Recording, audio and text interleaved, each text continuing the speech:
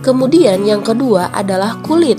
Kulit berasal dari kulit hewan yang sudah tersamak sehingga mudah dibentuk. Kulit ada yang berwarna hitam, putih, coklat ataupun krem sesuai dengan hewan yang dikuliti.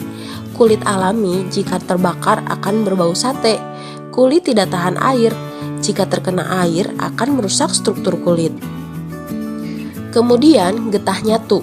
Getah nyatu merupakan getah dari pohon nyatu yang berwarna putih. Warnanya yang putih memudahkan untuk diberi warna-warni.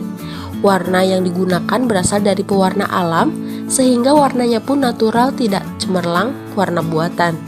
Jika ingin dibentuk, getah harus dimasak terlebih dahulu agar lunak dan elastis. Jika dipanaskan akan melunak, tetapi lama-kelamaan akan mengeras. Selanjutnya adalah flour clay. Flour clay berasal dari adonan tepung yang dilumat hingga kalis dan mudah dibentuk. Kerajinan dari flour clay tidak tahan air karena jika terkena air akan mudah rusak. Pewarnaan flour clay dapat dilakukan dengan pewarna makanan atau sintetis agar muncul warna-warna yang cemerlang. Kemudian yang kedua adalah bahan lunak buatan. Bahan lunak buatan adalah sesuatu yang diolah manusia dari bahan kimia dan paduannya. Bukan asli dari alam dengan maksud mendapatkan efek duplikasi bahan alam dan bersifat lunak. Seperti yang pertama adalah polimer clay dan plastisin. Polimer clay dan plastisin memiliki ciri-ciri yang serupa, memiliki aneka warna yang cerah dan bertekstur padat lunak.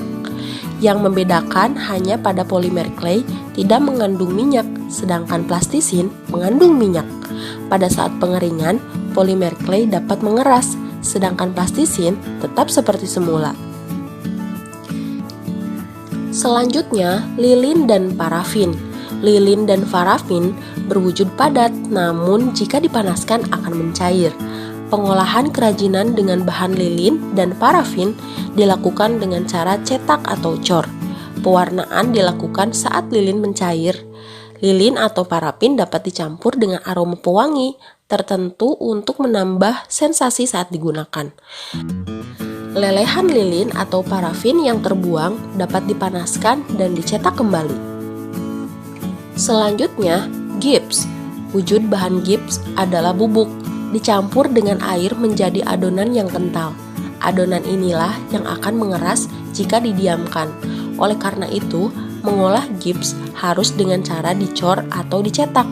Pewarnaan gips biasanya setelah produk jadi. Gips mudah pecah sehingga harus berhati-hati saat berkarya dengan bahan ini. Yang terakhir adalah sabun. Sabun berwujud padat sehingga dapat langsung diukir saat padat. Sabun dapat pula diparut, dihaluskan, dan dibentuk seperti flour clay.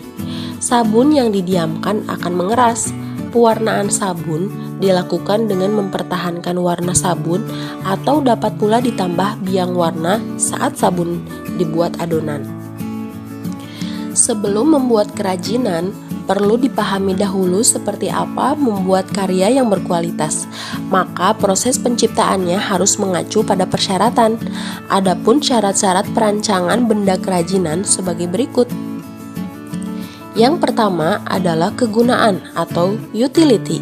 Benda kerajinan harus mengutamakan nilai praktis, yaitu dapat digunakan sesuai dengan fungsi dan kebutuhan. Contohnya mangkuk untuk wadah sayur. Kemudian, kenyamanan atau comfortable. Benda kerajinan harus menyenangkan dan memberi kenyamanan bagi pemakainya. Contohnya, cangkir didesain ada pegangannya. Selanjutnya, keluasan atau flexibility. Benda kerajinan harus memiliki keserasian antara bentuk dan wujud benda dengan nilai gunanya. Contoh, sepatu sesuai dengan anatomi dan ukuran kaki. Selanjutnya, keamanan atau safety. Benda kerajinan tidak boleh membahayakan pemakainya. Contoh, piring dari serat kelapa harus mempertimbangkan komposisi zat pelapis, pewarna yang dipakai, tidak berbahaya jika digunakan sebagai wadah makanan. Yang terakhir adalah keindahan atau aesthetic. Benda yang indah mempunyai daya tarik lebih dibanding benda yang biasa-biasa saja. Keindahan sebuah benda dapat dilihat dari beberapa hal, di antaranya bentuk, hiasan atau ornamen, dan bahan bakunya. Karya yang baik dapat dihasilkan dengan proses perancangan yang baik pula. Oleh sebab itu, proses perancangan karya kerajinan harus memperhatikan hal-hal berikut. Dimulai dari proses perancangan, kemudian tentukan bahan, selanjutnya cari ide dari berbagai sumber, selanjutnya membuat sketsa karya, kemudian tentukan sketsa terbaik, selanjutnya kumpulkan alat dan bahannya. Setelah alat dan bahan terkumpul, menuju ke pembuatan produk, kemudian evaluasi.